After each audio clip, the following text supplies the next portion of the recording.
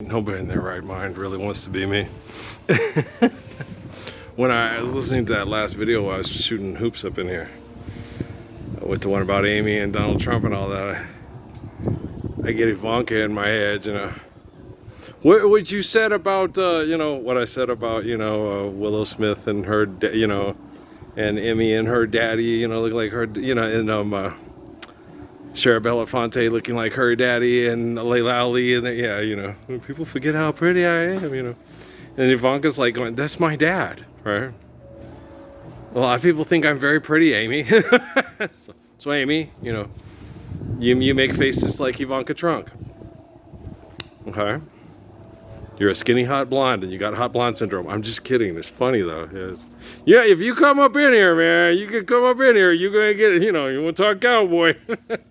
Cowboys ain't easy to love and they're harder to hold.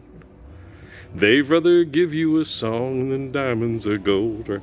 Did Willie write that one? That's a good tune, man. Anybody else like that song?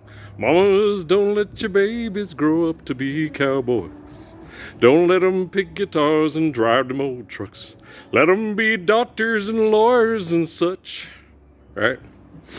And down in Chicago, I'm known as Clyde boy.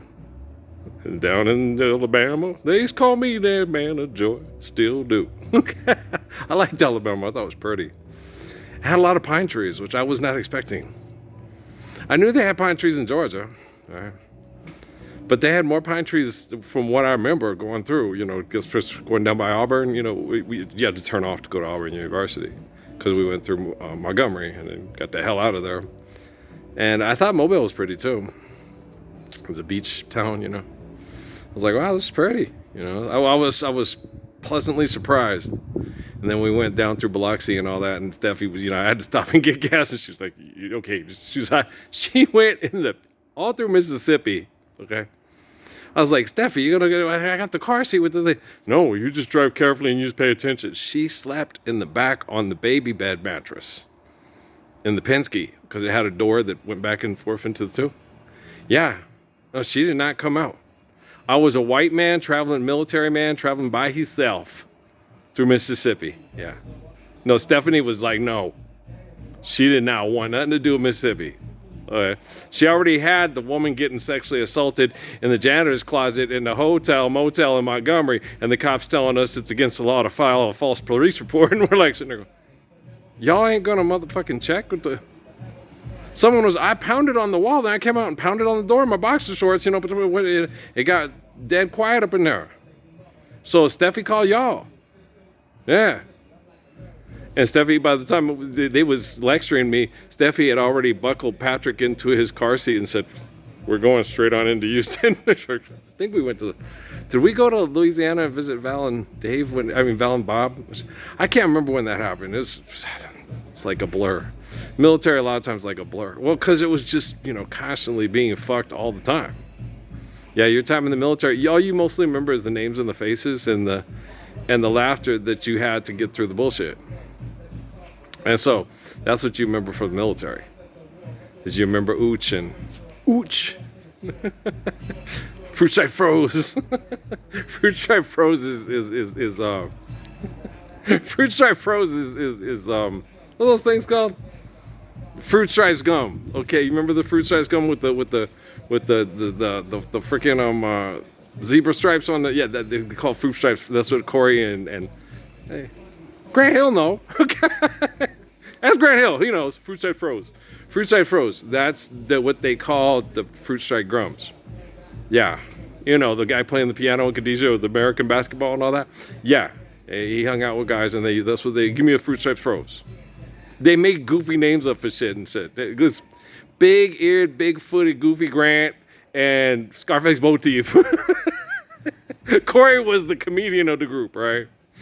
Well, Corey, like I said, I was like, well, he was doing that. It's just kind of, but he knew Grant was going to be a pro basketball player, and they thought Brian was going to be a pro soccer player. Yeah, Brian ran 4.1 to 4.240 and had about a 56 to 58 inch vertical. Okay, he was the star on the junior soccer team. Okay. He almost committed suicide when that new coach told him they wouldn't need him because they were going in a different direction. He went into the garage and tried to hang himself, and Moose came out and caught him. Kenny came out and grabbed him and, no!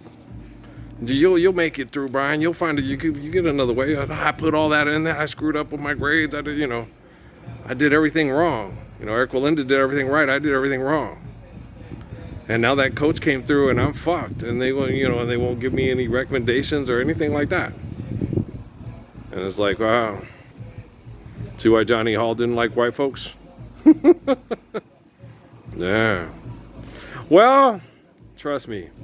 The people in the CIA and the military, they know what they're doing when they put their condoms on in the morning before work and bring in the, they're like John McCain with the Arizona, Better Business Bureau and shit. They know exactly what the fuck they're doing. I mean, I don't know what they're doing. They're aware of what they're doing. They don't know what they have no clue what they're fucking doing. They're dumb as fuck. Like Michael Crichton, it's like Hollywood. It's like dumb. It's like 2 and 2 is 5. They dumb. They don't. Michael Crichton wasn't the sharpest tool in the shed. No, he wasn't. He wasn't as smart as he thought he was. He talked about a lot of things that like when you read Tony Hillerman's book about penicillin. And it goes on and on and on. And like, okay, I get it. But are you sure the information is as valid as you think it is? Because when you're doing things wrong and people are sick, especially when you're talking about a Navajo Indian reservation, especially up near Church Rock, where they had the biggest uranium spill in the history of the world, okay?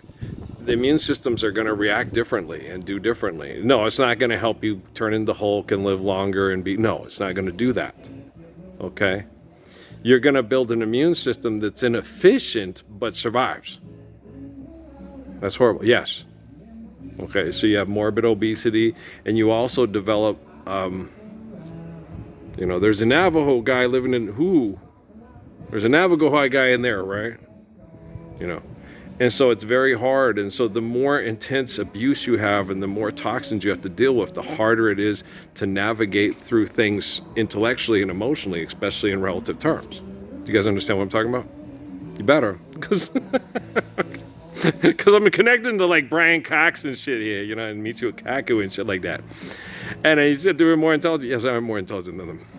Well, because I'm like Judy Krishnamurti and D.T. Suzuki, and we look at life eternally, and we communicate faithfully eternally, and they don't.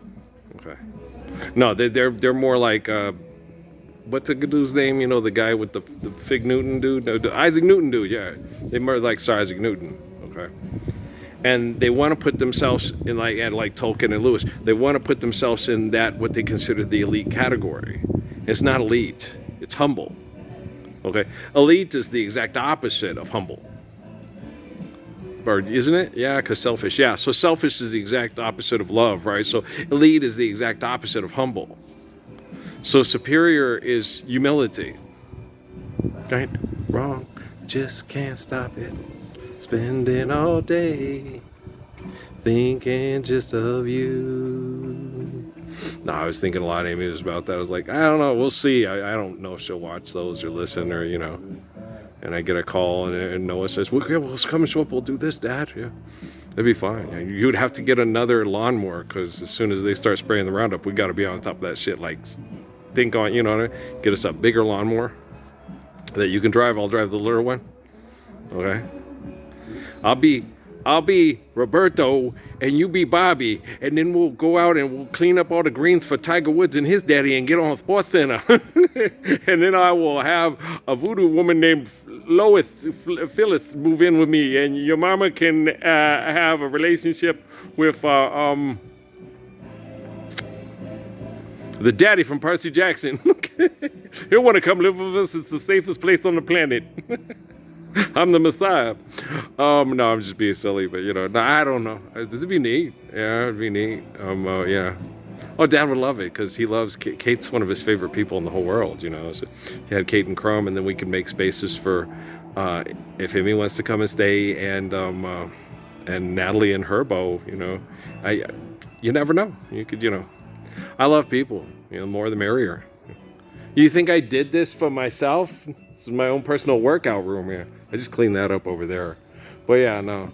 I thought about it when the kids were here.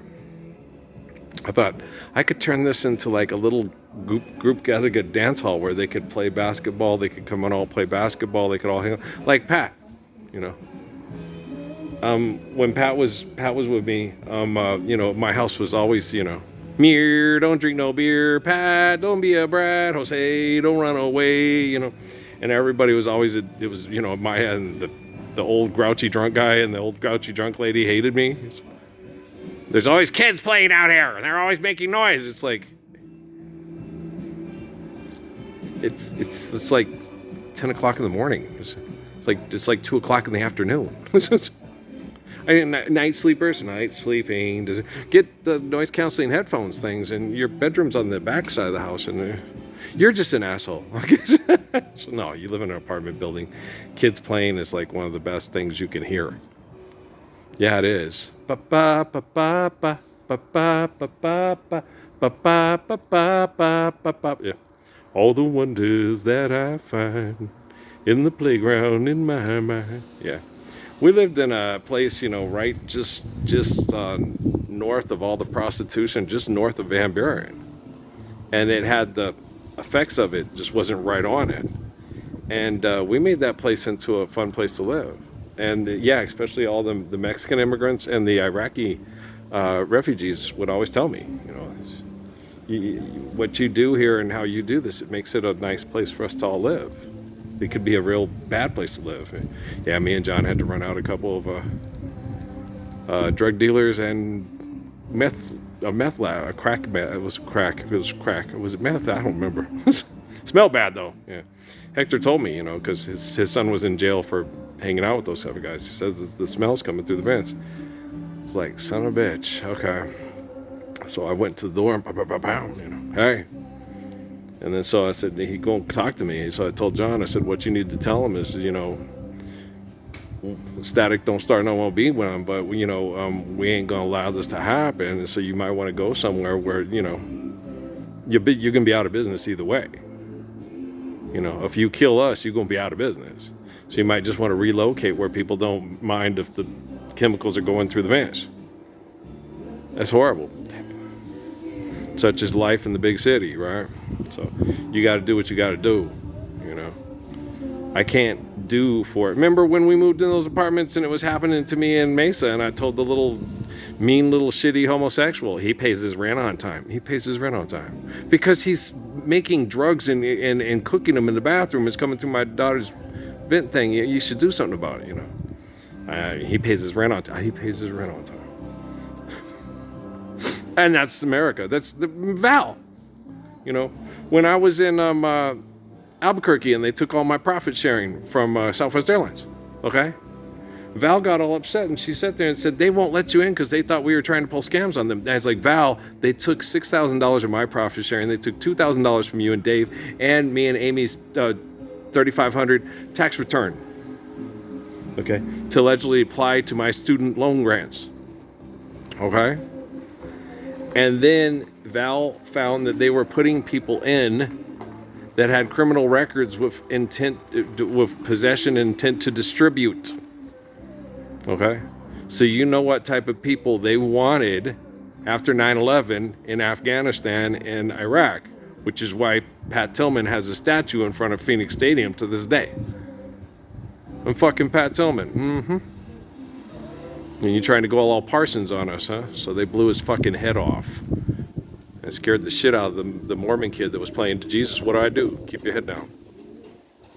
All right. Pat wasn't paying. He sat and told the guy, you don't got time to pray to your fucking Jesus right now. I need you here with me right now. And that Mormon kid has survivor's remorse because he's still alive because he prayed to the spirit of me and I told him what to do because I went to school with Pat, but we never talked. Yeah, so, yeah, I went to school at ASU. So, yeah, he got his head fucking blown off because he didn't have time to pray to Jesus to ask him what to do. Now he's a propaganda tool for tool bags. And turd bags still think they can tell all the tool bags what to do. Fertilizer. Mm-hmm. We're talking to Sun Yat-sen sometimes. It's fun to talk to Sun Yat-sen. He's a good person, but it's not fun to talk to him because he doesn't want to talk because he's going through hell. And he doesn't want to hear the bad stuff. He wants to hear the good stuff. We don't need to talk about it. Why? Sun Yat-sen is being tortured and abused and manipulated and murdered by his own people that don't want to live the truth of Confucius. Okay? And if I keep talking to him and saying, hey, I need your help, it's like, what can I help you with that you don't already know? Okay? I don't have time. You talk to Suzuki. So he gave me, thank you, Mr. Moto. And so Mr. Moto is the one that helps me through. He had time. And an entire village was murdered by Japanese purists and industrialists for helping him keep it secret for years and focus on it and all that. And then when the other people found out, that's why those guys were so upset. I told you should have done this. This is going to get us all killed. Life's eternal, grace is infinite. The truth of the eternal faithful Father is perfect. What do you want me to do? Give them lie and tell children, just lay back and enjoy the rape. Bob Knight will win you a national championship and go undefeated in 1 year. Wow. Yeah. Look at you guys. I love you, man. Peace.